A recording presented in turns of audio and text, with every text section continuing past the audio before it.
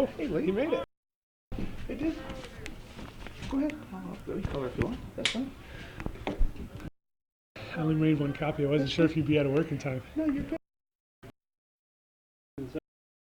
Let's go, Green. Come on. So this is going to be.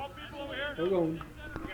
Good afternoon. Welcome to George Brendler Field in Chazy, New York. Today is October 25th.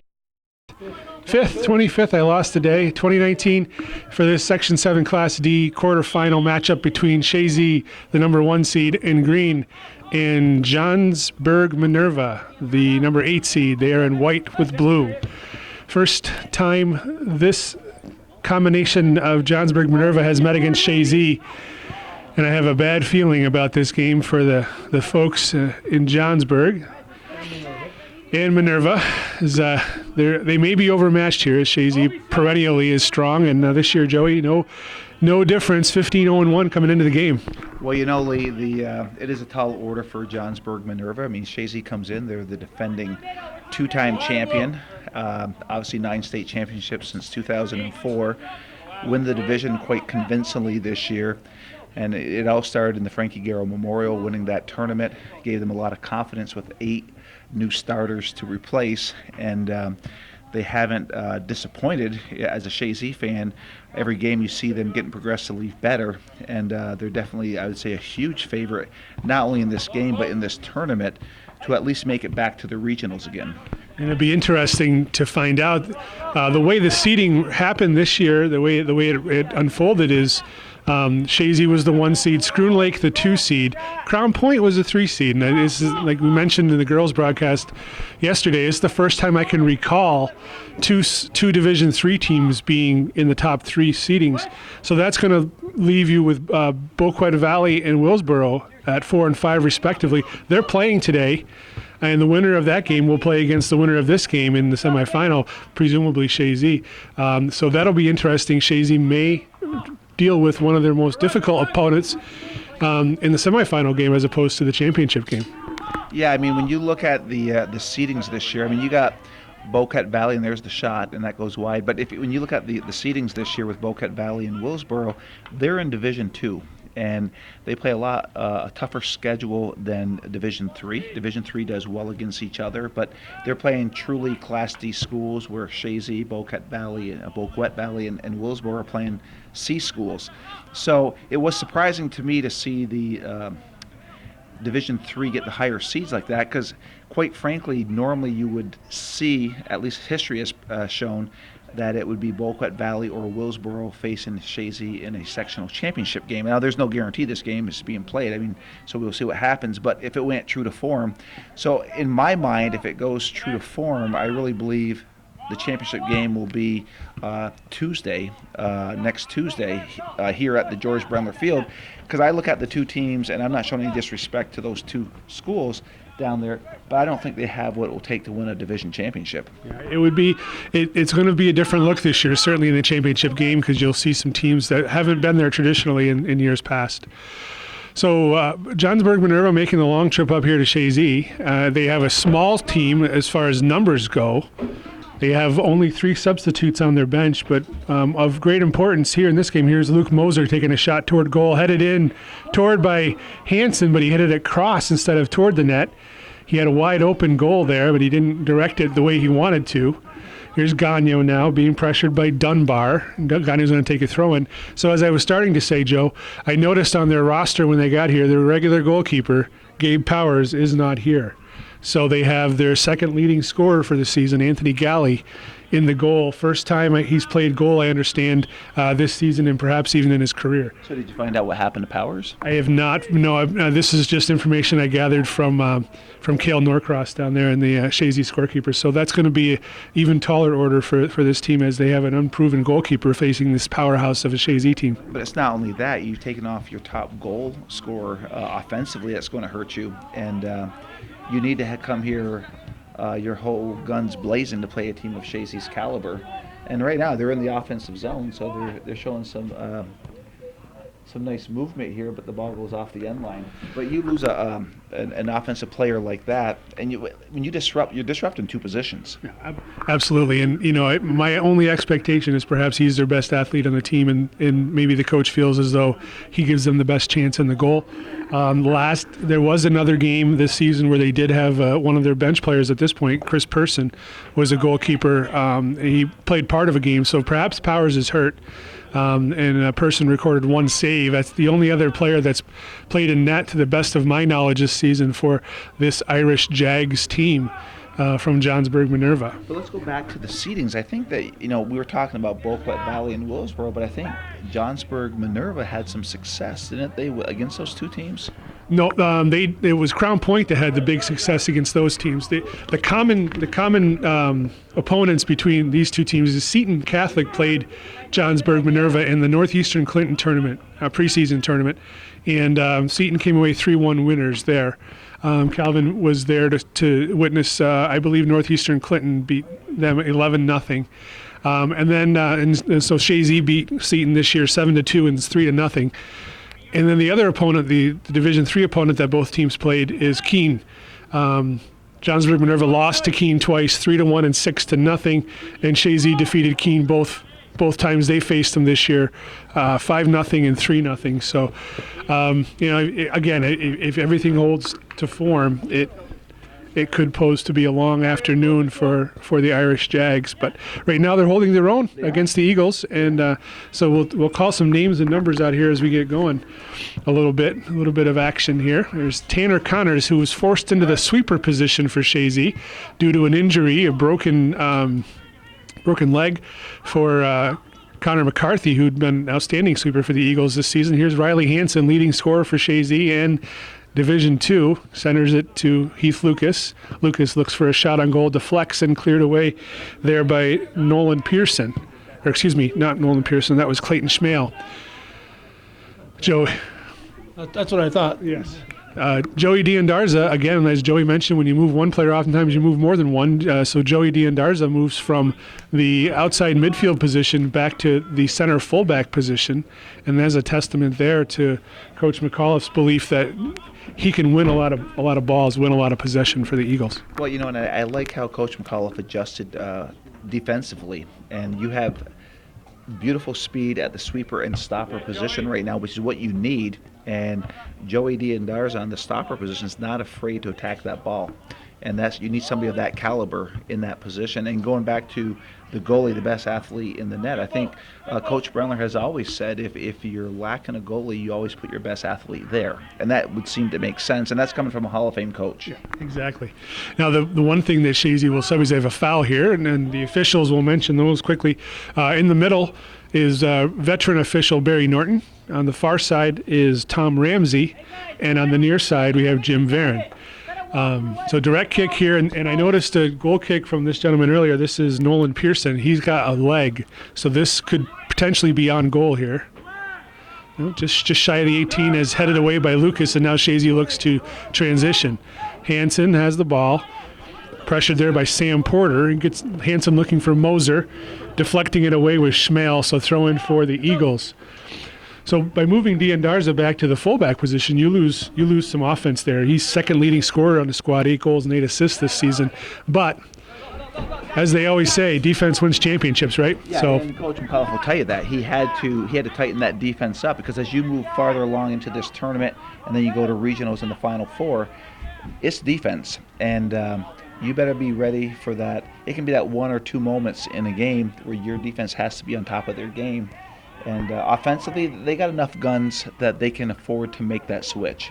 There was that opportunity there for the Irish Jags right in the middle of the 18-yard box. That was Jackson Robley trying to get a shot on goal. Earns a corner kick for Johnsburg-Minerva, and going to take the corner is their leading scorer, Gabe Freeburn. Gabe Freeburn this year, 10 goals and no assists coming into this game, and he does have good speed. He's out here on the left side, forward on the left.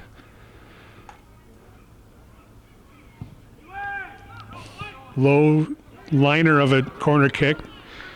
directed toward goal by Yandon Cleveland, but cleared away by the Eagles. Now Cleveland again gets it in to Evan Wing. Wing tries to move it on, but taken away by Lucas, and now here comes Hansen.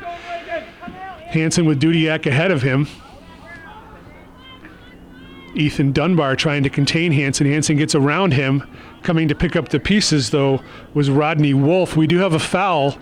They held Hansen back as he was trying to cut through. You saw Hansen almost lose his balance. So I think he was kind of tripped up a little bit. So we'll see what Barry Norton calls it. Is it direct kick or indirect? And he's calling it direct. And this is dangerous here. As we know, Heath Lucas is a master of free kicks. And this will be the first test. I would put it on goal to test Galley's hands. And he goes high, it looks like. Tried to go far corner. And we know, and we'll go back to Heath, it was the Mount Academy first goal. I mean, that is still will go down as one of the classics in a state championship game because the defense of Mount Academy was stunned the way he put that ball into the upper 90. I think if you give Heath an option to take the shot from where you got to take it there, or you back him up 5 yards or 6 yards, he'd prefer the longer shot. And he was just a little bit close there, I think, for his liking. And that shot at Mount Academy was just about in his wheelhouse. Here's Moser trying to save this. Moser has good speed. He's a freshman here for the Eagles. He's put a lot of minutes on the field this year. Has a couple goals to show for it and a couple of assists. He has a bright future as the years progress here for him in the next few years. And, of course, his dad was a perennial all-star for Chazy. Absolutely. James Moser was one of the greats. Here is Lucas centering ball toward the top of the 18. Hansen trying to get turned, shot towards goal, and it's in. Yeah. Riley Hansen with a screen shot. Not a lot of mustard on it, but enough to get in. And so Hansen gets the Eagles on the board, 1-0 with the assist going to Heath Lucas. 19 goals, 10 assists, 19. And so, Lee, you have a famous combination, 10-19 or 19-10. They are definitely a 1-2 punch for Chazy, talking about Hansen and Lucas. Yeah, Heath Lucas, just with so much skill at the central midfield position. He's racked up 12 assists this year. He will go along with 6 goals. But Riley Hansen, he's a trigger man. Chazy goal scored by number 19, Riley Hansen, assisted by number 10, Heath Lucas. And that'll be his 19th goal in the season as he puts it in. Here's a dangerous chance for Johnsburg-Minerva. Gabe Huckrow coming out aggressively as Dallas Santor kind of played a little nonchalant there. He let that ball roll a little too far for my liking. Well, you know, Lee, we're into this game 11 and a half minutes. There's about 28 minutes left. And Johnsburg's had a few runs offensively, which is a little more than I thought they would have had at this point. So they're doing they're doing well for a number 8 seed at this point. There's Ben Dickerson just checked in, gets the ball to Hansen. Hansen now just a long touch, and Anthony Galley comes out to pick that up for the Irish Jags. We'll see what Galley has for a punt. I like their name, the Irish Jags. Yeah, Calvin said he was told back in the Pizza Hut, or the Northeastern Clinton tournament rather, what the significance was, but he can't quite recall, and he doesn't want to be incorrect. So, well, no, I think Calvin has a lot on his mind. He has an election coming up, and 2 months, he says, is too long. Well, we don't want to say that. His mind is like a steel trap. Oh, it is. But when your mind's on the election, basically 24/7, I'm surprised you can get any of these games done. Far side, Reagan Dudiak, who's picked up a lot of playing time since the injury to Connor McCarthy. He's pretty much taken the position that Joey D'Andarzo was playing up in the forward position. A lot of speed in that young man. Again, I believe he's an 8th grader. Dudiak? 8th or 9th grader, Probably perhaps. 9th grade. But he has wonderful speed, and it was the obvious choice for Coach McAuliffe coming off the bench, because with his speed, he does cause havoc out there for the defense. And he has finish. He's got 5 goals on the season, so he does have some finish. Here's Lucas. Good. Well, you look at that, and on the far side, you got Patrick Dwyer. He can finish. He's been at the right spots at the right time when he gets those opportunities. He finishes. Dudiak can finish. Obviously Hansen. Obviously Lucas. And he's not out there right now, but you also DJ Gagno can stick one in the back of the net. Yeah, you've got, like you said, quite a bit of secondary scoring. Dudiak 5 goals, Patrick Dwyer 5 goals, DJ Gagno 5 goals, Tanner Connors 4 goals, Luke Moser 2 goals. So there is that secondary scoring to go along with the 1-2 punch of Lucas and Hansen. Yeah, you just can't. I mean, you can key on Lucas and Hansen, but if you think you're going to shut them down, just focus on those two. That's not going to happen. No, and that's the way successful teams are built. Freeburn now. He's got good skill and good speed out there for the Johnsburg-Minerva squad. D'Andarza clears it away, goes off the head of Dudiak. Hansen, long touch, going to use his speed now to try to get by Pearson. Nice stick there. Here comes Dickerson to challenge Nolan Pearson. Pearson cuts it back, gets past Dickerson now, and will push it forward. Midfield, Sam Porter traps it down. He's challenged by Santor, who knocks it off the sideline. So throw in for the Irish Jags. 25:50 remaining here in the first half, and the Eagles have a 1-0 lead. There's an illegal throw-in, non-called, and the ball is at midfield, trapped down by the chest of Dickerson. He moves it forward to Dudiak. Dudiak, long touch, punched in the air, and now Hansen tries to control it. Hansen, nice, smartly played out to Dwyer. Dwyer looking for a left-footed shot, but it goes off his shin. Chasing down over there is Dunbar. Dwyer now crosses, looking for Hansen. Hansen gets the ball. Danger. Just wide. Riley Hansen would love to have that one back. Once he trapped the ball and turned, I thought it was a guaranteed goal. And 8 out of 10 times he'll put that away. Yeah, especially when the keeper starts to come. I mean, it cuts down your angle, certainly, but a seasoned goal scorer like the junior Hansen could ordinarily want to finish that side netting with no trouble. But he'll get another opportunity, I'm sure. Well, Lee, as we've said before, up here, we've never made a mistake up here. No, and my record is 100% no mistakes. Here's Hansen, cleared away there by Schmale. Devin Millington trying to get around Jeremy Juneau. Juneau doing a nice job in the holding midfielder position all season for the Eagles. Millington getting past him, but it's going to go off the sideline for a throw-in on the far side. Decent crowd here today for a 3 p.m. start. And a beautiful day. Yeah. I mean, this is a beautiful day for soccer, and there's 2 more games tonight. We have another section coming in here tonight. So if you're not watching this live, so never mind. Here's Dickerson. Dickerson looking for an opportunity to shoot, and he gets a shot toward goal. Galley watches the one bounce to his chest and picks it up. Scoreboard shows 5 shots for the Eagles and 1 shot for the Irish Jags. Far side, Colby Drake with Robley. Now here comes Millington. D'Andarza is there to knock it away from Millington, and it goes off the end line for a goal kick. So if you've heard me broadcast the Chazy boys games this year at all, you've heard my appreciation and admiration for Joey D'Andarza as a player. I really like his calm. I like his ability to win the ball. He's a smart, heady player, and I think he's the perfect fill-in back there at central fullback when you have to move Tanner Connors to the sweeper spot. I agree. He's been a great fill-in for Chazy. And, for a team that was, if you want to call rebuilding, with 8 starters, and here's an opportunity with 8 starters to come in and to not also replace them and get them in position to do what they're doing, but then have an injury and still not miss a beat. It's amazing to me what Rob has done with this team this year. I mean, it's absolutely incredible. And that's why he's one of the all-time winningest active coaches in New York State. Substitution coming on was Luke Moser, and coming off is Reagan Dudiak. So we had a nice opportunity for Patrick Dwyer on a nice outside of the foot feed from Heath Lucas earlier, but good play by Galley to come out and make that save. Here's Juneau now. He's got D'Andarza free. D'Andarza looking for the ball, gets it now. Pressure coming on the way of Wolf. Shot on goal from D'Andarza, but he's a little bit high. But that's what you want to see, is don't be afraid to put the ball in net. Let the keeper make the mistakes, and follow up on your shots. Pearson with the goal kick toward midfield, off the head of Dwyer. Hansen looking to trap it down, trying to get past his defender Dunbar, and he does. Now Hansen at the end line. Cuts it back. Gets past Dunbar, but he loses it off the end line. It's going to be a goal kick. So if you're Coach McAuliffe, I mean, you're happy you're up 1-0, but it seems like the boys are playing to the level of the competition right now. I think when they start getting more goals, I think the floodgates will open.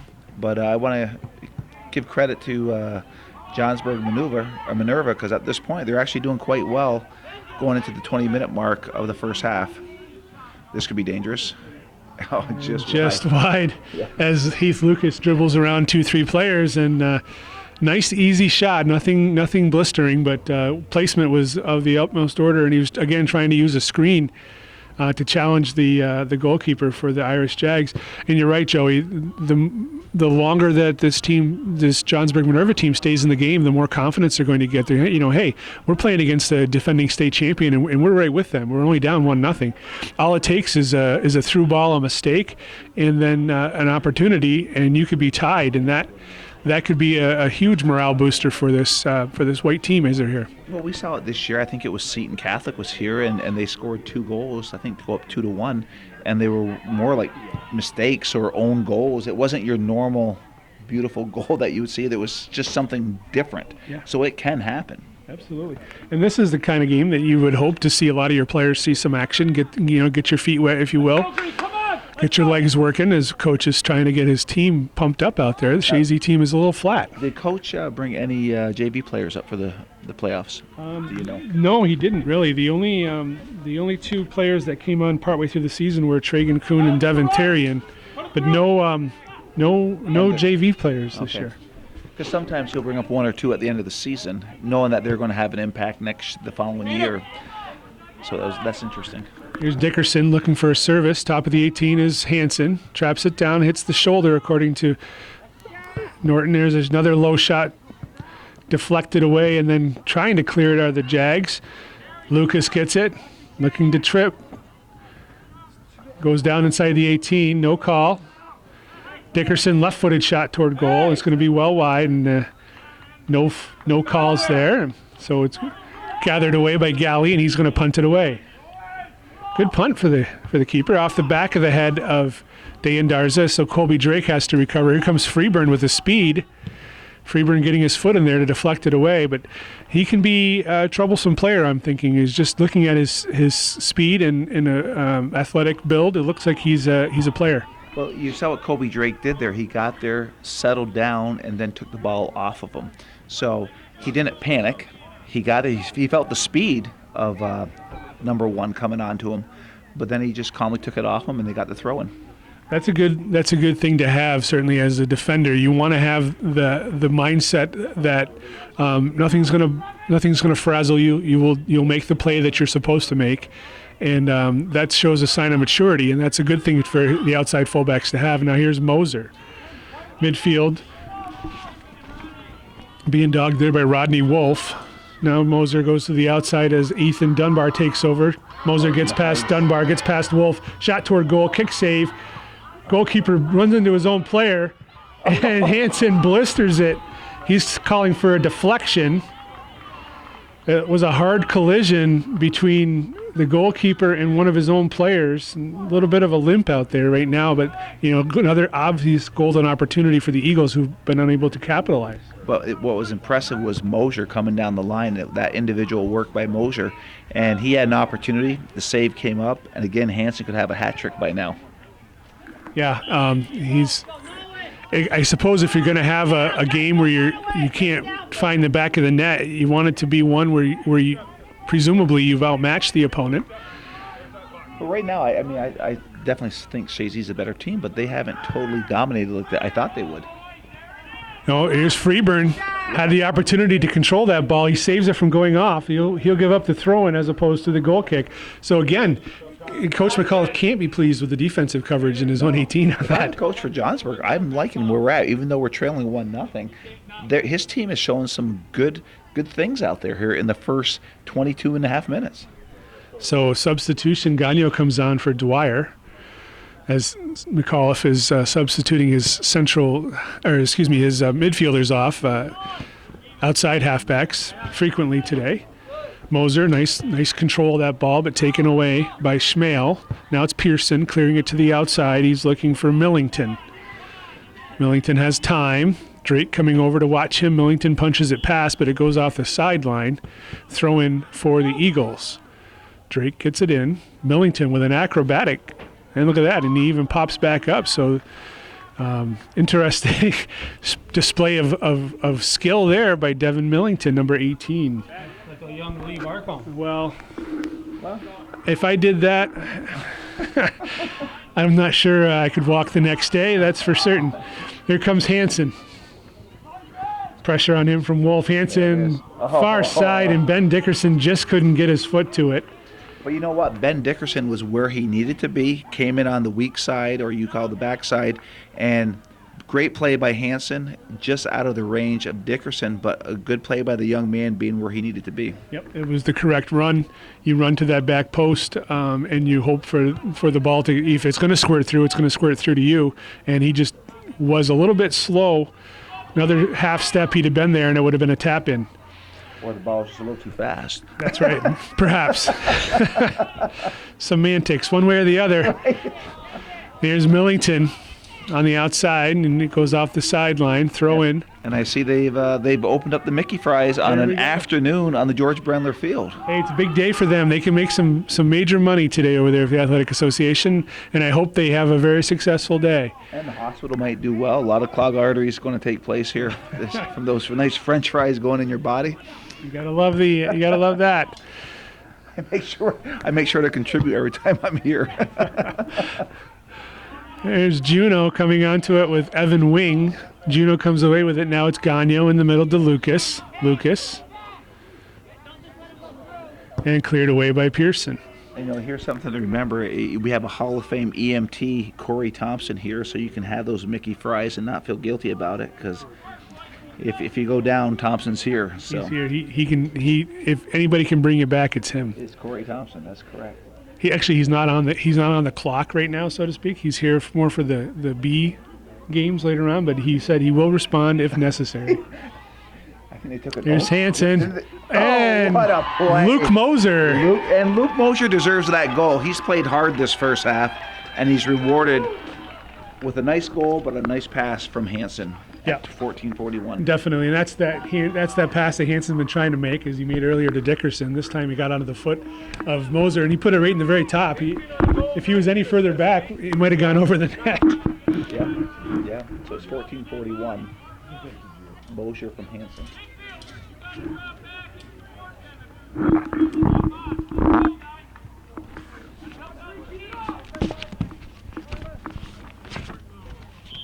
And I think it's safe to point out that we do have the Hall of Fame coach, George Brendler, in his familiar position at the George Brendler Field. With his immediate predecessor, not predecessor, what would be the successor, and Tom Tregan next to him in his familiar spot. So Luke Moser with his third goal of the season, assisted by Riley Hansen. That gives Chazy a 2-0 lead with 14 minutes and 20 seconds remaining. That's more like Bob West up there. You think that's Bob West? Perhaps it is Bob. Here's Gagno. Bob's a legend, too. Yes, Bob West. He was on one of the first teams. Absolutely. Before George. First teams. The very first teams. I've been undertaking a project to update the all-time leading scorers. Here's D'Andarza with a shot. Moser inadvertently deflects it and stops it. Now it's cleared away. Dickerson now has it. Dickerson bringing it down the right-hand side. He's being pressured by Porter. Dickerson crosses it. Coming out to make the save was Galley. He juggled it a bit, but he came away with it. Now he throws it forward. Onto the foot of Millington. Devin Millington trying to get past D'Andarza, but all D'Andarza does is win balls, and he wins that one. Now he gets it into Hansen. Hansen, nice little touch back to Lucas. Forward looking for Moser. Moser now has it. Moser's playing more central today. Usually he's an outside wing, but he's playing central. Here's Dickerson with a shot toward goal, but it's wide. But Moser's doing some good work out there, not only with his speed, but with footwork, and he's making things happen out there. I think he's finally gaining some confidence. Early in the season, he looked a little bit lost out there, and it's wide-eyed freshman, and you're out there your first time on the hallowed field as a varsity player, and you're not really sure what to do.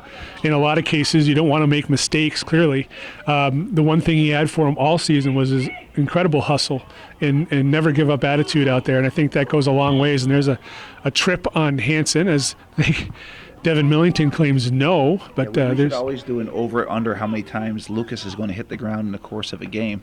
It's because of his speed and his foot skill and his athleticism with a soccer ball that defense, the only thing they can do is take him down. That's absolutely correct, and because and you're going to see that if Chazy advances further in state play, he will be somebody that the other team is likely to foul, especially toward the midfield. They don't want to give up opportunities, but And here's Lucas with a nice long feed off the head of What a Juno. play right off of Is that Hansen's head? Yes.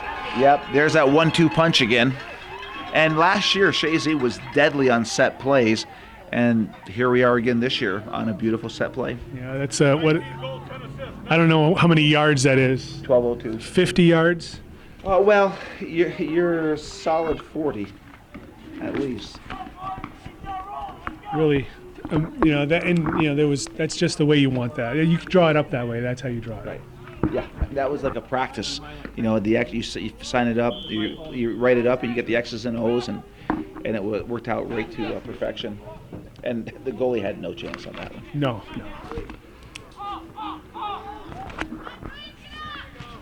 And here we are again. Hansen pressuring. Chazy goal scored by number 19, Riley Hansen, assisted by number 10, Heath Lucas. Juno moves it outside to Gagnon. Gagnon with pressure from Millington. Gagnon now looking to serve, blocked by Dunbar. It's going to be a throw-in for Chazy. And coming into the season, I wasn't sure how much playing time Dale Gagnon was going to see, or DJ Gagnon was going to see. He was a backup goalie in my mind, because he was the JV goalie last year. But he's played a really important role for this Eagles team on the outside midfield. Yeah, he has. And I'm going to go back to when you talked about Mosier and when you talk about DJ. From that tournament, the Frankie Garrow Memorial, and we saw a couple friendlies, and it was just kind of lackluster play, and it was almost like they didn't know their roles out there, which is not uncommon. You got 8 new starters, but as every game has gone on, you can see their confidence level get stronger and stronger, and now quite frankly, they're a well-oiled machine right now going into playoffs. Yeah, I mean, they had that, obviously, the hiccup with McCarthy getting injured, but they've seemed to adjust to that. And if there's any silver lining in that cloud, was that Connor got injured, and at the time Chazy had 3 or 4 days off, maybe even 5 days off, in which they had practice so that they could scheme and they could plan and counter that unfortunate situation. So another corner kick for the Eagles. This will be their 3rd corner kick. And this is going to be Heath Lucas, who takes nearly every. If he's on the field, he's taking it. Free kick. D'Andarza got to skip on that, and it's just enough to take it off of everybody else's head. Now Hansen steps over the ball, looking to serve it back in. Nice low service, looking for Moser again. Moser battling, and Galley scrambles out and grabs the ball. But Moser was almost primed for his 2nd goal of the match. It's almost like he pinched it to try to get it by the goalie, but the goalie came up big. So Chazy starting to turn it on a little bit, and as we kind of speculated, if they get a couple, that it might be enough to be disheartening enough for this Johnsburg-Minerva squad that they might start to collapse. And here's Moser again, moving it outside to Santor, Dallas Santor, forward to Moser. Moser trapping it down, gets it out to Dickerson. Dickerson pressure coming on from Schmale, and then content to clear it off the end line with Sam Porter. He was willing to give up the corner kick as opposed to try to take on the Chazy players. So we have Heath Lucas, as he's been doing all season long, and it was Lucas just on a set play, just the 3rd goal, set it perfectly to Hansen's head.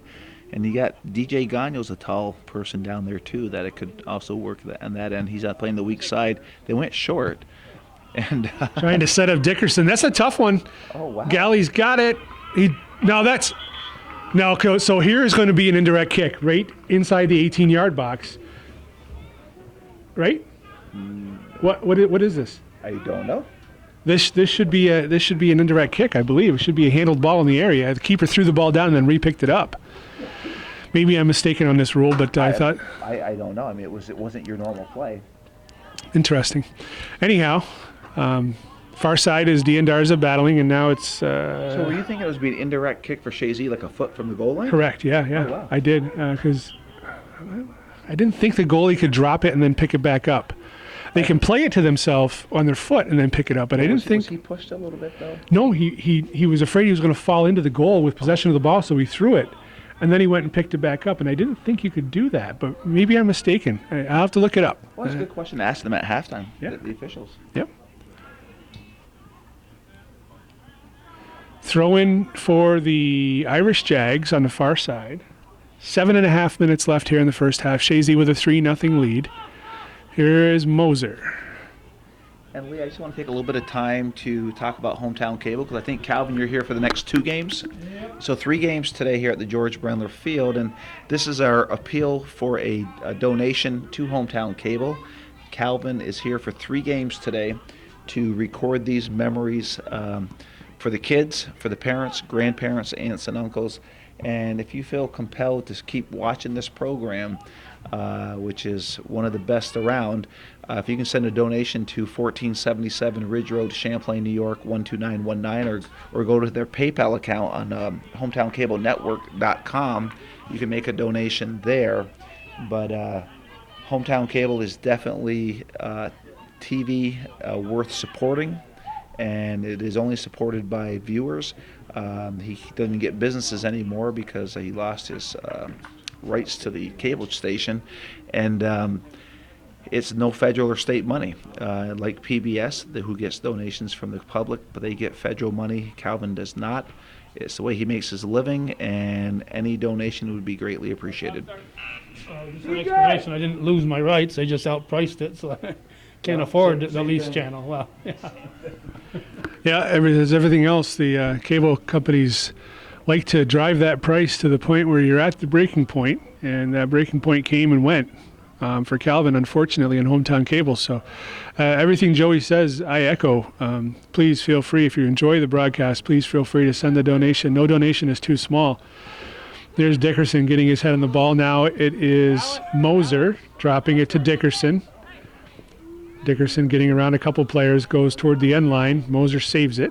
Good hustle there by Luke Moser. Top of the 18, Jeremy Juneau tries to trap it down. Now Heath Lucas. Lucas with a shot toward goal. Galley sucks that one in. So 5:30 left in the first half. Chazy leading 3-0. They lead in the shot category 13-1, and in the corner kick category 3-1. Off the chest of Drake onto the foot of Patrick Dwyer. Millington watching him. Dwyer gets it up to Hansen. Hansen bounces it off from wing. Drops it back to Lucas. Lucas forward. Hansen calling for it, but clearing it away was Pearson. Middle of the field now. Rodney Wolf punches it toward midfield. Here's Dwyer. Drops it back for D'Andarza. D'Andarza going to free space where Hansen will pick up the ball. Hansen in the middle to Lucas. Lucas traps it, turns, switches fields. Dallas Santor coming up from the defensive position. Santor looks to serve it back onto the foot of Dwyer into the central area. Cleared away by Wolf and then ultimately by Evan Wing. Now onto the foot of Devin Millington on the far side. D'Andarza closing in on him. D'Andarza pushing him toward the outside. Millington down the sideline. Going to go off the end line for a goal kick for Chazy. So a little bit of transition there for the Irish Jags. So once the first 20 minutes went by, which I thought the Jags played a very good 20 minutes, Chazy has definitely found their footing and have dominated the second 20 minutes. Sometimes you wonder if they get a little bit too cute with their, not cute, but take one too many passes out there. And I know they're trying to get everybody involved, and that's a good thing. But sometimes you need to be a little selfish to put the game away, and then at that point you can look to distribute a little more. Throw in here for the Eagles and Santor to take the throw. Gets it into Lucas. Lucas chips the ball. Nice looking ball.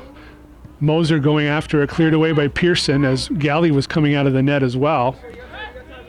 Here's Sam Porter. Tries to bounce it off from Lucas, and he does. A throw in, another illegal throw. And Yandon Cleveland looks to switch fields. Ball bounces, and Drake's going to get his head on it. Juneau, skip header back. Moser going to take possession. Now it's Hansen. Hansen trying to get turned. Tried to feed it outside to Dwyer, but it was deflected by Millington. Now Hansen gets past Millington. Hansen goes to the interior of the field, but taken away there by Wing, who bounces it off from Juneau. Juneau recovers, gets it to Lucas rather. Lucas getting past Cleveland, and now past Dunbar. cuts it past Pearson, falls down, still gets a foot on it, then cleared away there by Wolf. So Heath Lucas with a little bit of a dribbling exhibition. Long forward ball and called away by Huckrow. Uses his left foot to clear it away. Not a really well cleared ball, but got away just regardless. Porter gets past Dallas Santor, but it's going to go off the sideline for a throw-in. Chazy throw with 2 minutes remaining here in the first half. 3-0 lead for the Eagles. Two goals. Sorry, go ahead. No, I just think it's been a while since the Chazy's 2 played minutes. Johnsburg, hasn't it? I know it's Johnsburg-Minerva now, but they used to play Johnsburg almost every year. I think they played them last. Well, no, it wasn't last year, because last year Johnsburg was by themselves, foul on Hansen, and Johnsburg, Minerva Newcomb was the combo there, but Johnsburg only didn't have numbers, so they had a team, but they played a JV schedule, so they didn't have enough players to field a competitive varsity team in their mind, so they played a JV schedule, and then this year they combined with Minerva after Minerva and Newcomb had a long time partnership go through a divorce apparently, and I can remember playing Newcomb back in baseball back in 1990, I think it was, and they were by themselves back then, but so they're calling 5 minutes for the half, I guess. That's going to be a short halftime break. Yep. So yeah, to answer your question, I think it's been 2 years. Okay. Long story short. They were supposed to play, I believe, in the sectionals 2 years ago, and I believe Johnsburg forfeited. They didn't have a team or didn't have enough players. There's some particular reason for that. So.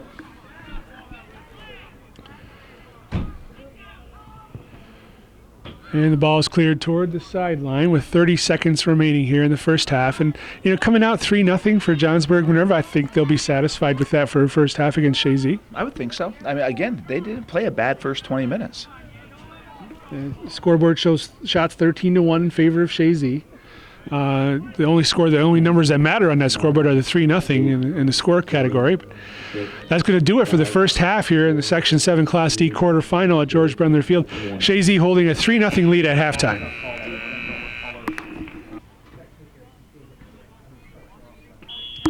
We're back here with second half action in this Section 7 Class D quarterfinal between Chazy in the green and white and Johnsburg-Minerva in the white with blue.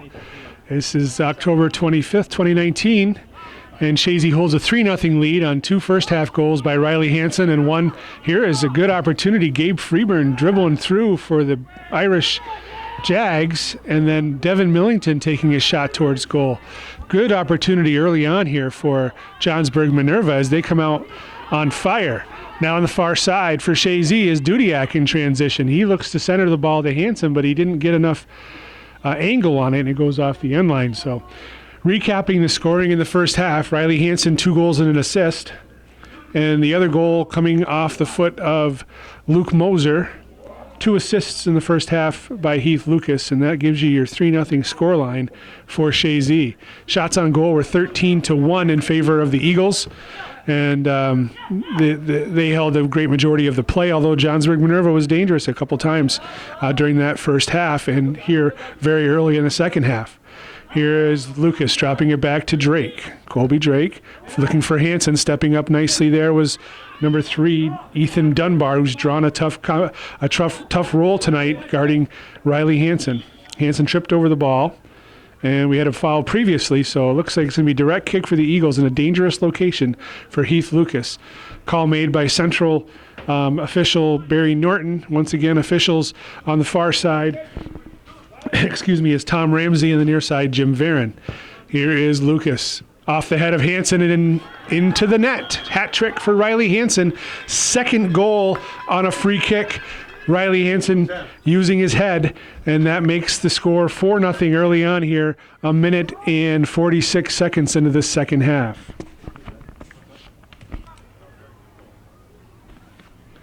And we're back here at George Brendler Field. after Chazy has widened their lead to 4-0 early here in the second half. Again, we mentioned it earlier in the broadcast that whenever Chazy has a free kick, it's a dangerous position. And once more, Heath Lucas provides the service to the head of Riley Hansen. And so that's 3 assists today for Heath Lucas. Pretty nice day for him in general. And Hansen, that's his hat trick, right? Hat trick for Riley Hansen, yeah. So that puts him at 22 goals for the season. I think he had 26 last year, 27, so he's approaching the same numbers as last season, now, even after a relatively slow start that he had this year. And there's Devin Millington doing his little, I don't know what you even call that I don't move. know what that was, but I know I couldn't do it. No, it's like a Bruce Lee type move. Yeah, it was. Yeah. I see wrestlers do that sometimes too, WWE, that sort of thing. So, I'm not sure. Well, Hall of Fame EMT Corey Thompson said, Joey, there's no way you could have done that. And he's 100% right. He's 100% right. There's some nights I would think my brain would say I could do it. My body would say there's no way you could even think of that. You know what? Even my brain says I couldn't do that. Even in my prime, I couldn't do that. Here's a goal kick for Gabe Huckrow, one of the seniors on the Chazy squad, a senior captain.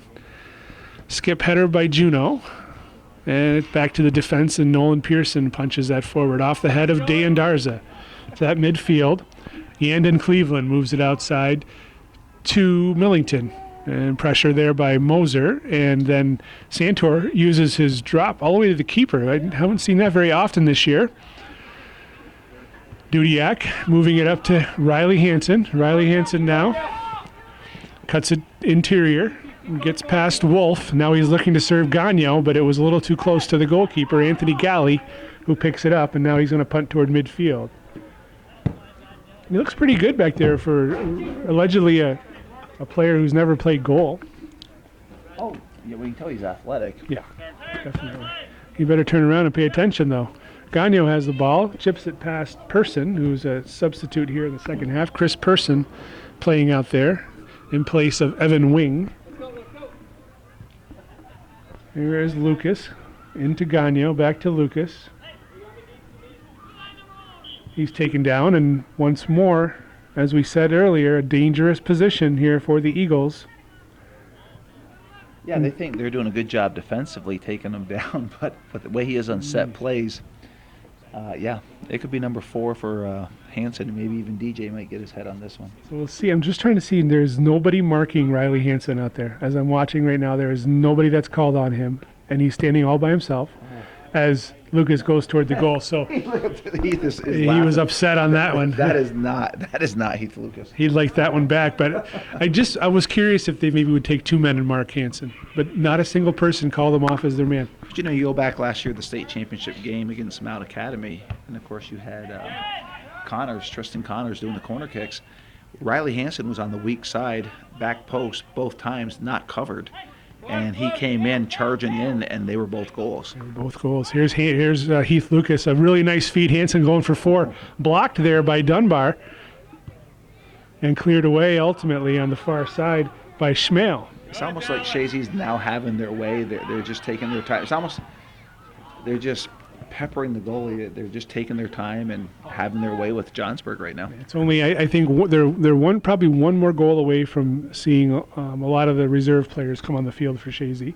I'm going to say probably about the 20-minute mark, because you have that fine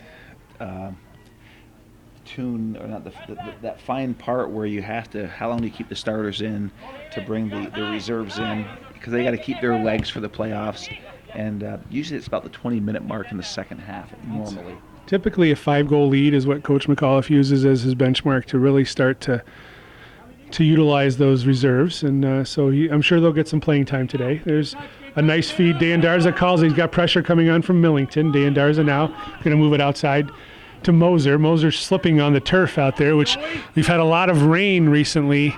And so the turf is slick, and it's going to see a lot of action today as we have this quarterfinal game, and then we have 2 Class B semifinals coming up in the girls' division tonight at 5 o'clock and 7 o'clock. So a lot of action out there on this turf as we have a trip called on Johnsburg-Minerva.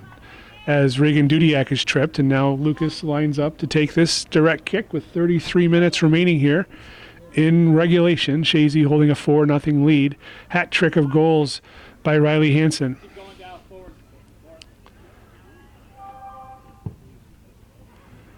Good service, but there to pick it up the ball is Anthony Galley. And a hat trick of assists to Heath Lucas. Absolutely, hat trick of assists, and you can guess who scored the 3 goals that he assisted on. Yeah, well, we got the 1-2 punch that we talked about. And Hansen's factored in all 4 goals because he assisted on Luke Moser's goal. So Riley Hansen having a day out there. Here is Freeburn, Gabe Freeburn again, showing a lot of skill out there for that Irish Jags squad. So he's a diamond in the rough out there for this team for sure. A solid player. I wouldn't be surprised to see him on the All-Star team. Tanner, just keep him there. Which the All-Star team, I guess, has been decided. I do know the Chazy representatives, but I'm not allowed to divulge that information yet because it's not public. Okay. We won't tell anybody. Well, okay. Well, as long as you won't tell anybody. Here's Gagnon moving it forward, looking for Hansen. Hansen battling with Dunbar. Hansen gets past him using his body. Hansen is a strong, big, strong lad. Top of the 18.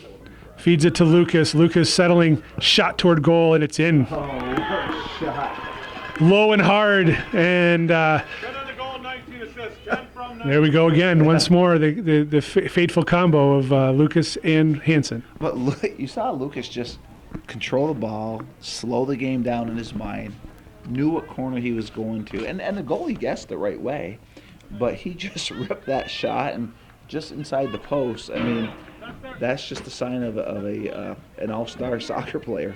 Well, you think back of generational players that have played for Chazy in the boys program, and I was quoted in the Sun as saying that Rob McAuliffe was a generational player, and he certainly was when he played.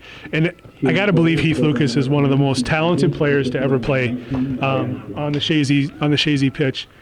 Ever. He's not a goal scorer necessarily. He obviously can score, but he's just as happy setting somebody up with a real nice pass. I was telling this to Coach McAuliffe. I said, it's been a while. Well, we've had some great halfbacks that control the midfield, and it's been a few years since I've seen a halfback control the field like Heath Lucas. There's no doubt. And is he in the conversation for some of the all-time best? Of course he is. Absolutely. No question. At least in the players that I've seen personally in my lifetime. We'll go back 30 years. In the last 30 years, can he be in that conversation? Absolutely. Can Riley Hansen be put in that conversation? Absolutely. Pure goal scorer, Riley Hansen, and so that's there's some real special players out there for the Chazy squad, and sadly Heath Lucas will be graduating this year, so he'll move on. There's no question in my mind if he wants to play college soccer, he will play. Mm-hmm. Depending on what level, what division, but you've heard of gym rats, people that are always in the gym, they're always working out, they're always doing this, they're always doing that. He's a pitch rat, I guess, would you call it? He's always on the soccer field. But not only on the soccer field, I think he goes to bed with a soccer ball in his hands. On his feet, you mean? Yeah, he puts it down below his feet. Yeah. Here's Hansen again, looking for four rather. Ooh. So when you see him out there, and of course you're watching the game, that's like the ball's like on Velcro on his feet as he goes between these players. I mean, he has that control with his feet with the ball, and that just comes from hours and years of practice. Yeah, it's just something he loves. He has a passion for it, and Chazy's lucky enough to have him on their team. That's for sure. Hansen's going to get this ball. He's going to move it outside to Gagnon. Dunbar is going to look after him. Gagnon tries to get past Dunbar. Dunbar is going to clear it off the side and throw in for Chazy as deep as you can be in the territory, as we have a substitute waiting to come on for the Irish Jags. Gagnon gets the throw in to Hansen. Hansen turns, distributes it toward the goal off the head of Dickerson, but there to make the save was Galley.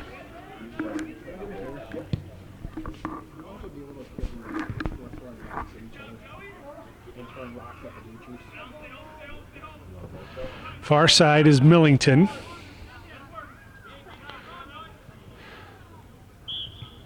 We got a foul on the play, it sounds like. Nope. Throw in, I guess, is the call. I guess I'm confused. So Evan Wing coming on for Chris Person there for the Irish Jags on the far side.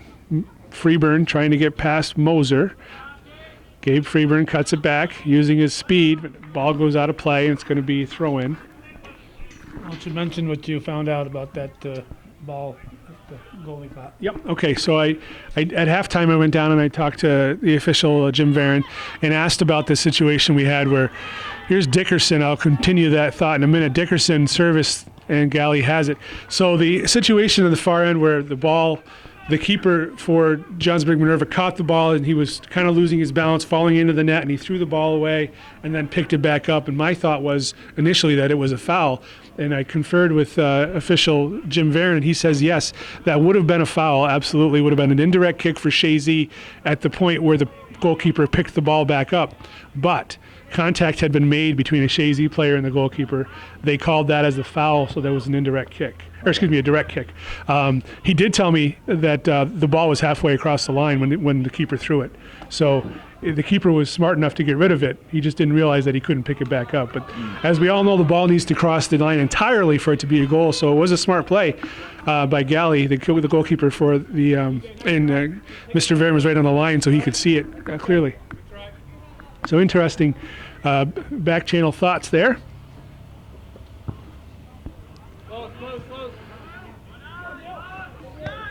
And here's Evan Wing as the school buses for the Class B schools are starting to arrive here for the 5 o'clock game. That game between, let me see here, Beekmantown and Plattsburgh High School. Beekmantown girls are the number 1 seed and number 13 in New York State. And they're playing against Plattsburgh, who was a surprise winner over Peru. Plattsburgh High, the number 5 seed, with a record of only 5-10-1, I think, coming into this game. So Coach Tim Mulligan not having more of a rebuilding season than they would have expected there in Plattsburgh High School. And then you got the Northeastern girls here tonight. Correct. There's Hansen, another head off the corner kick. Ball's bouncing around. It's in the net. I believe that's an own goal. They're slapping on. They're giving Tanner Connors a high five, but I'm not sure if that's not an own goal. Well, we're going to hear. As they're asking right now. Mr. Norton. 3 from 18, 3 goal, 18 assists. So there's Connors. Connors from 18. That is Number Moser. 18 is Moser. Yep. Yeah, Luke Moser. Well, now would be a good time to point out the radios that the guys are wearing. The officials can talk to each other, so they don't have to holler across the field. They're in constant contact. That's correct. As you may be able to see, pick up at some point in time, if Calvin gets an opportunity to zoom in, you'll see they do have headsets, and those headsets were purchased by Section 7, and for use. Jim Varon purchased his set. Oh, he did. I was under the impression that it was Section 7 that bought it. I could be mistaken there, but they're using them primarily in the sectionals and playoffs, and that allows the officials to. Here was a quick restart and a shot from Hansen. The Johnsburg-Minerva team wasn't really paying attention as Lucas touches it quickly and Hansen rifles it from distance.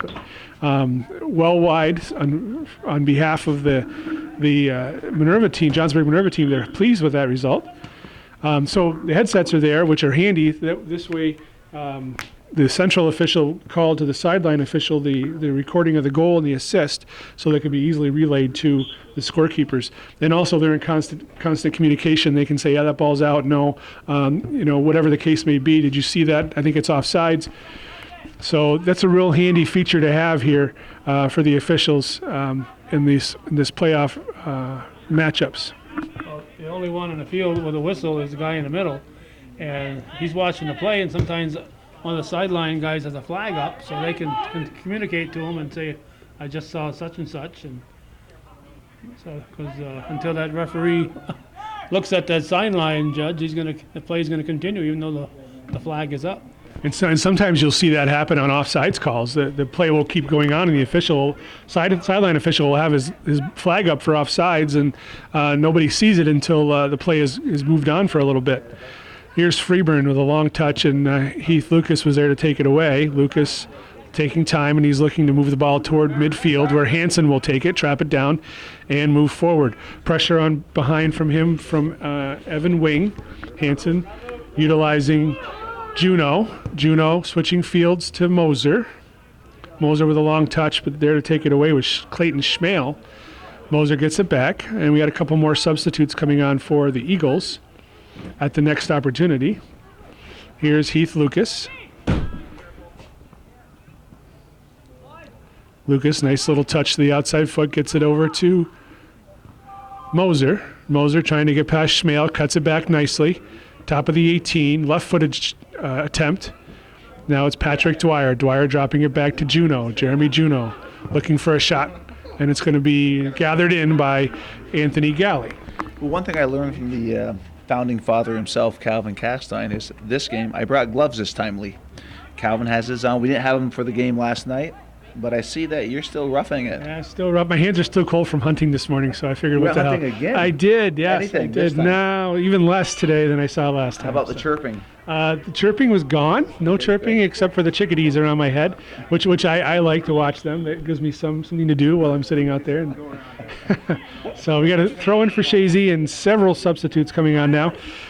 Jesse Blaze, Noah Martin, Jack Sweet, and the German exchange student. First time I'm seeing him out there, number 1, Patrick Engels. I think that's his first appearance here in the Chazy uniform. Well, it must be. They're cheering on the, is it the German exchange student? Yes, number 1 is Patrick Engels. Oh, and it looks like we're going to get a goalkeeper switch here, and this will be interesting because I didn't know that Chazy necessarily had a backup goalkeeper other than DJ Gagno, so I believe that's Devin Therian. So it's going to be goal kick here for the Eagles, and I wonder if that means Gabe Hucker will throw a jersey on and go out there and play forward. Maybe. He's a heck of a player Yeah, too. He is. So, and we're approaching the 22-minute mark, so we figured about this time frame that Coach McAuliffe would be doing these changes. Don't forget, we saw Ben Norcross score a goal last year. That's right. Ben Norcross did come out of his net and score a goal. Now it's baseball. Now they can use my hands. Now baseball. There's Engels touching it in the middle to Juno. Juno forward to Jack Sweet. Sweet looking for Blaze. Knocked away there defensively by number 6. Is that Porter? No, 8. Excuse me. That's Chris Person who's checked back in. So throw in for the Irish Jaguars. Sam Porter has it on the far side. Gets past Sweet. Porter trying to get past Engels. Engels knocks it off. It's going to be throw in. No.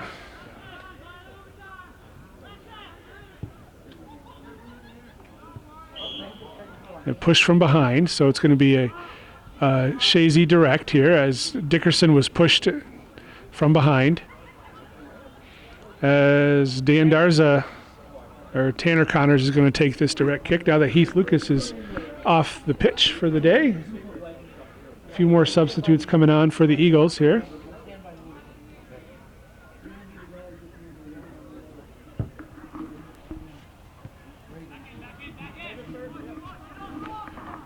Here's Dwyer. Pressure on him by Person. Dwyer gets past him. Service toward the middle. Bounces off the head of a player, and quickly hustling back was Callie, and he throws it behind his back to save it from a corner kick. Smart play again. Showing his basketball skills. Yeah.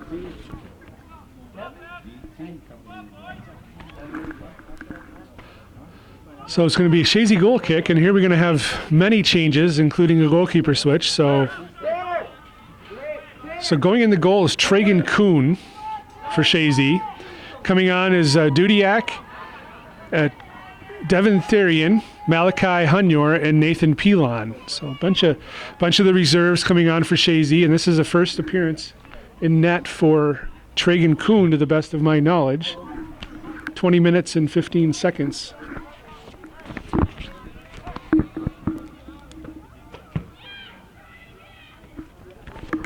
So going to be a goal kick here as Kuhn lines up to take the goal kick.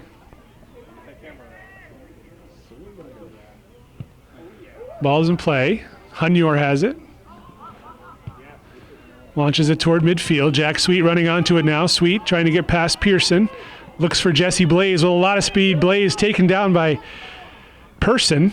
And there to pick it up was Galley. So Jesse Blaze has uncanny speed out there. He takes that one quick step and then he's off to the races. yeah, and he's scored a few goals in his career, just by sheer will. He is an athlete that does not give up. We'll put it that way. Wing gets the throw in for Johnsburg-Minerva. Drops it back to Yandon Cleveland. He's taken away by Nathan Pilon. Now Blaze. Person gets there. Blaze gets it back and now cleared away by Wolf. Reagan Dudiak playing sweeper back there. Punched back forward, and there is Therian getting the ball ahead to Juno. Sweet drops it to Hunyor, who clears it out of the area. Blaze jumping up with Person. Person goes down. It's going to be a direct kick for the Irish Jags.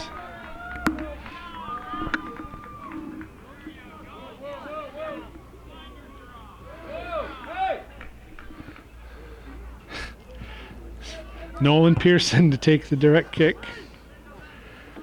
Cleared away. Patrick Engels there battling, trying to get the ball from Gabe Freeburn. Freeburn, Jack Sweet there watching him. Freeburn gets it forward to Porter.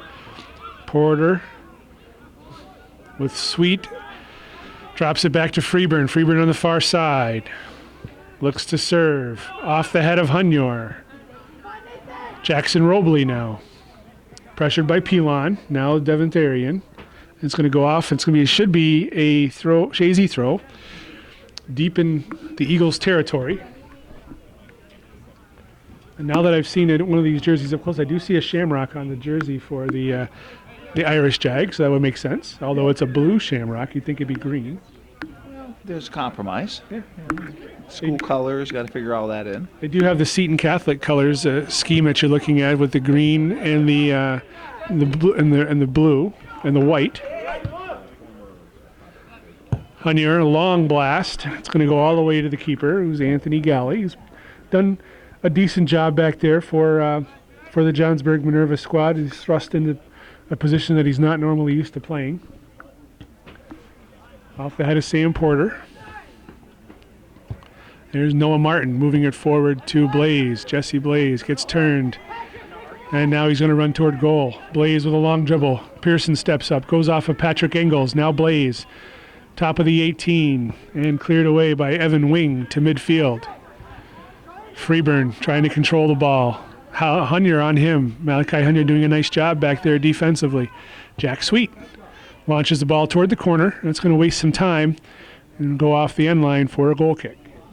16 and a half minutes remaining here in regulation. Chazy holding a 6-0 lead. And Lee, the stats kind of say what's happened here is 20 shots to 1 favoring Chazy, corner kicks 5-1. Other than the first 20 minutes where the Jags came out, they were pumped up, held their own for being the number 8 seed. But it's been all Chazy since that point. Yeah, no question. And kind of what we expected when you have the number 1 seed versus the number 8 seed, that does happen.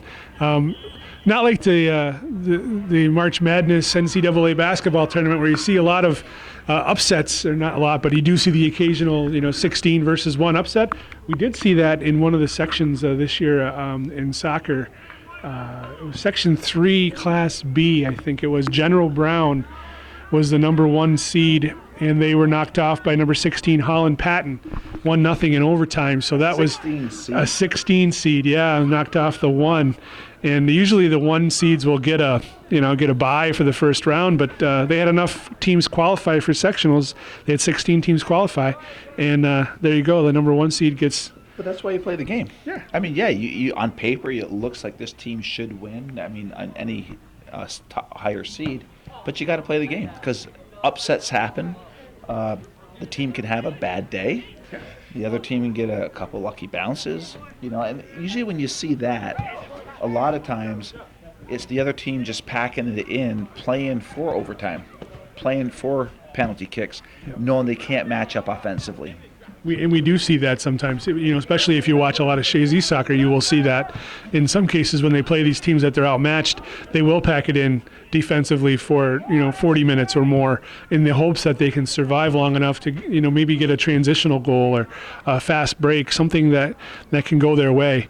But seeing that, and we've seen a lot of that through the years, it's not a real good strategy because more often than not, and meaning more often than not, like 99 out of 100 times, you're going to lose that game. Yeah. The only time we've seen it a few times in sectionals where it's worked when you've had not quite the disparity that you've got here in the field like you do see today, but like just as an example, I'm not saying this has happened, but an example would be like, say, Willsboro would do that type of thing to be able to compete with a Chazy or with Elizabethtown from days old.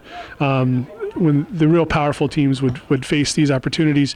And, back in the old days, they called it the Dannemora defense for a reason. That's what Dannemora did. That's how they tried to survive against the stronger teams, was they would pack their entire team into the 18-yard box and just, hope to defend the ball away. And then you'd read the paper and you'd see that Chazy beat Dannemora 1-0 or 2-0. You go, how was that? Well, when you got 10 players inside the 18, it's kind of hard to penetrate.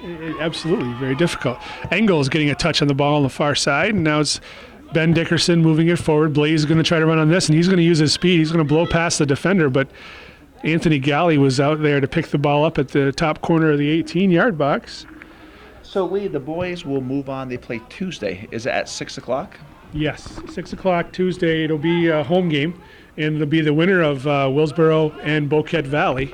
And I'm wondering if I have any updates on my telephone from one Keith Lobdell. Likely would be able to provide me with some updates on that game because they're playing right now as well. Do you have them on your phone? Are you able to text them? I do. Here we are.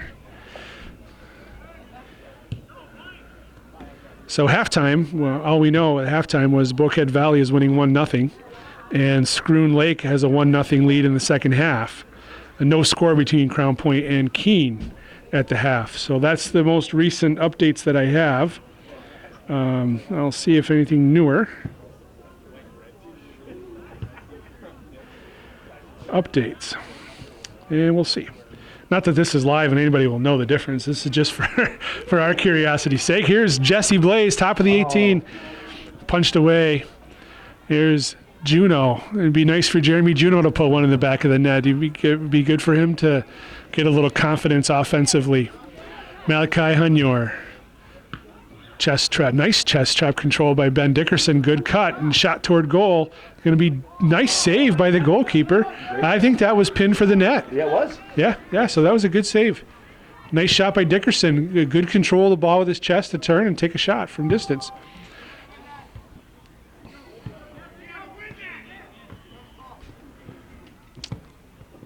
Now here is Dickerson. Outside to Pilon.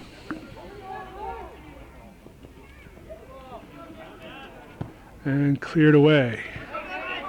Therian stepping up nicely defensively. Here's Person toward midfield. Hunyor chips it forward. That's a slippery spot there. All last night when the girls were playing and today, I've seen people falling down in that one location there. Evan Wing off the chest of Nathan Pilon. No flinch. That's toughness right there. His dad is one tough cookie, I can tell you that much. So he must have got them genes from his dad. Here's Wing again with a throw. Off the head of Dickerson onto the head of Blaze. Blaze trying to get past. Let's get up. Blaze with a left-footed service. Keeper calls for it, and he picks it up. At 10 minutes and 40 seconds remaining here in the second half. Chazy holding a 6-0 lead. Juno off the head of Sweet. Now it's Dudiak. Touches it down, and Hunyor clears it away. Malachi Hunyor doing a nice job, central fullback. Pilon battling there with Cleveland. Cleveland gets it into Person. Back to Cleveland. Therian is there for Chazy, number 31. Traps it. Cuts it back. Chris Person now. Back heel. Therian is there, and he moves it into Juno. Steps over the tackle. Gets turned. Took the player out of his shoe even. Pilon moving forward to Blaze.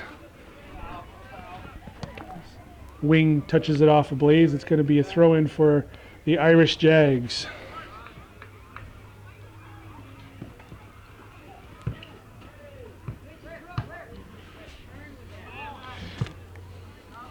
So any more updates, Lee? All the same, he says Scroon Lake has a 2-0 lead on their opponent, who is Newcomb. Okay. And everything else, the scores are the same. So Crown Point and Keene at 0s, and Boquet Valley with a 1-0 lead. And who was the higher seed between those two? Was it Boquet? Boquet was the 3 and Willsboro's the 4. Or Or excuse me, 4-5. 4-5. 4-5. Because Crown Point's the 3. Therian doing a nice job back there for the Eagles. And then Crown Point is winning right now? Crown Point is tied with Keene, 0-0. And it's 2-0 Scroon Lake. 2-0 Scroon Lake over The Newcomb. higher seeds are winning right now. The higher seeds are winning, yes, with the exception of the tie score. Right. Pilon hustling hard out there, and he gets knocked down. Going to be a direct kick for Chazy.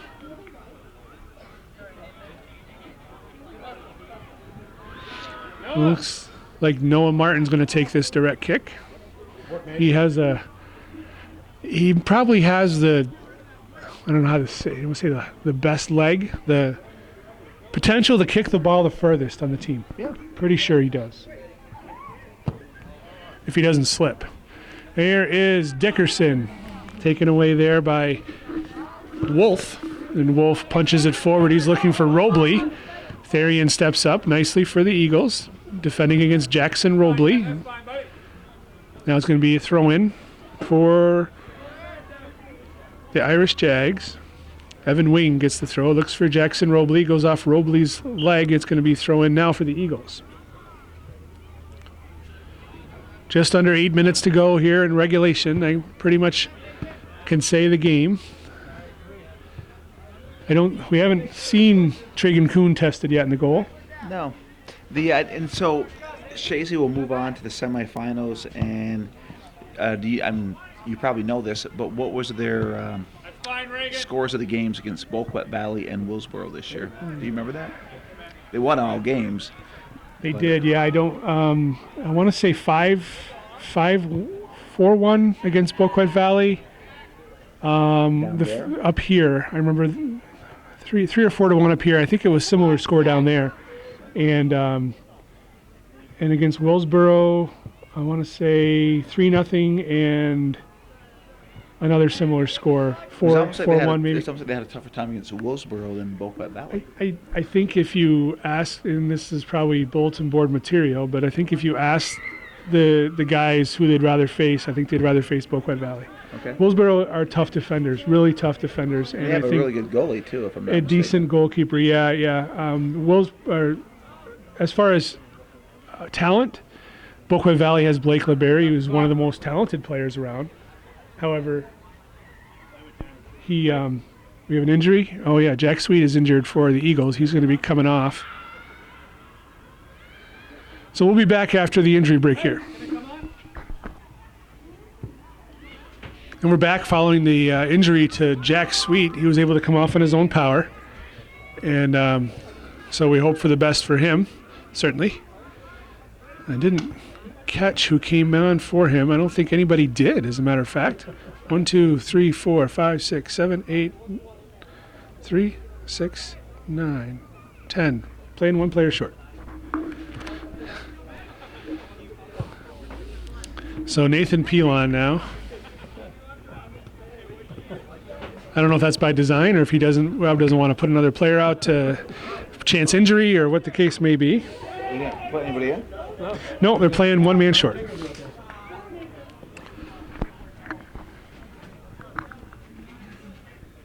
They're going to put some ice on that leg. My guess is it's probably a bruise, but that's simply a guess from this distance. There's nothing you can guess about.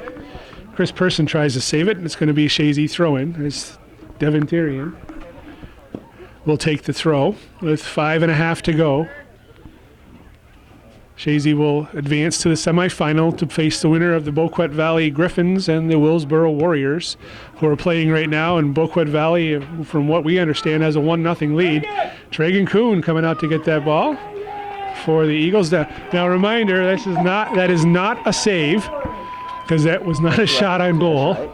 And we'll see if they credit. I don't know if they credit him with a save or not, but no. It as we talked about last night. And, obviously you may not have watched the game last night, although I don't know why, because it's hometown cable, and you should support hometown cable. But I have received many. Here's an opportunity. Jackson Robley looking for a shot, and it's going to go wide. Many questions about shots on goal and saves and that sort, and so I looked up the official definition of a shot on goal as per the NCAA, and that would be a shot at the goal in which the goalkeeper, if the goalkeeper were not there, the ball would go in the net. So if the goalkeeper were not there to block the shot, it would be a goal. That is considered a shot on goal. So a shot that hits the crossbar, a shot that hits the upright is not a shot on goal. It is simply a shot at goal, you could say, but not a shot on goal. So that hopefully will clarify some of the questions that people have out there as to, I know we had more shots on goal than they say, or how come the shots on goal don't match the saves? Well, like we talked about last night, Lee, we have high school kids doing this, and they really don't know the rule. I didn't even know the rule last night we talked about it. I had my version of what I thought it was, but so it's almost like we said, this need to get a memo out to the coaches beginning of the season to explain how to actually put a shot on goal. Yeah, it makes the whole saves category a difficult thing to. I mean, they have state records for saves, but it's a very subjective thing. As you said, sometimes it's somebody that may not understand fully the rule of what a save might be or what a shot on goal might be. And I was looking at the record books, the state record books, simply because I knew that Jenna Ford, one of the super players for Willsboro girls team, 46 goals in the season, just to see where she would be in that realm of things. And she has qualified now for one of the state records in goals in the season. She's not the all-time leader, but she's in the top 10, so to speak. Here's Jesse Blaze, top of the 18 again. Jesse putting a lot of pressure on, cuts it back, tries to get free, and he does. Blaze. Oh, would have been a highlight reel goal right there, but if not, we're for a really nice save from the goalkeeper for the Irish Jags. That's Anthony Galley, who's done a nice job, sticks his left hand out and makes the big save off Jesse Blaze with a great individual effort there for the Eagles player. The bench was supporting him hardcore, and we're hoping to see him finish that really nice individual effort. So anyway, I was going back to the record books thing. I want to say the state record for saves in a season was 360 some by a goalkeeper. I can't even fathom that. A strong defense. I mean, you're talking nearly 30 saves a game. Is that possible? There's an attempt at goal from Devin Millington, and we see nobody getting up from the Chazy side to have to go. He's got to go 20 rows in. Now, why couldn't Drews cut this corn last night, right? They're sending the poor kid in the woods now. I mean, the corn. Probably not We're a going good. to lose him. Here is Gabe Freeburn on the far side. Excellent hustle from that young man today in a losing effort for this team, and I can't believe that poor kid's going to go in the woods. Way. Well, he's never going to find it. He's not going to go that way. He's got to go over by the net. Yeah. He'd be better off turning around and come back out. Yeah. Now, this is going to be a field of dreams when he comes out. I hope he comes out. Hey, speaking of field of dreams, White Sox Yankees next August. I heard that. Yeah. That's is it Nebraska? Iowa. Iowa, right? Iowa. Pretty cool. We'll see how that goes out. There's Patrick Engels battling out there for The Chazy. players will come walking out of the cornfield to start the game. I see the corn rustling out there still, so Okay, he's around. we can find him if we need to. But he's not even remotely close. No, he's not even close. Engels again takes control of that goal kick. Gets it into Juno. Juno dispossessed. Oh, I thought you were going to help Dickerson. He's fine. He's in my class. I tried. No, I know that, but he's about 40 yards to the right. Oh, Galley protects that one. That could have been embarrassing. As Well, I would have played it. exactly, yeah, you played the bounce, right? Juno battling there with number 3 Dunbar, Malachi Hunyar, and there were 10 seconds remaining here, and that's going to do it from George Brendler Field. This Section 7 Class D quarterfinal. Chazy comes away with a 6-0 victory over Johnsburg-Minerva. For Calvin Castine on the camera, I'm Lee Barcombe, Joey Tremblay helping me out. We appreciate your support. 1477 Ridge Road, Champlain, New York, 12919. Send a donation. Support Hometown Cable and your local programming.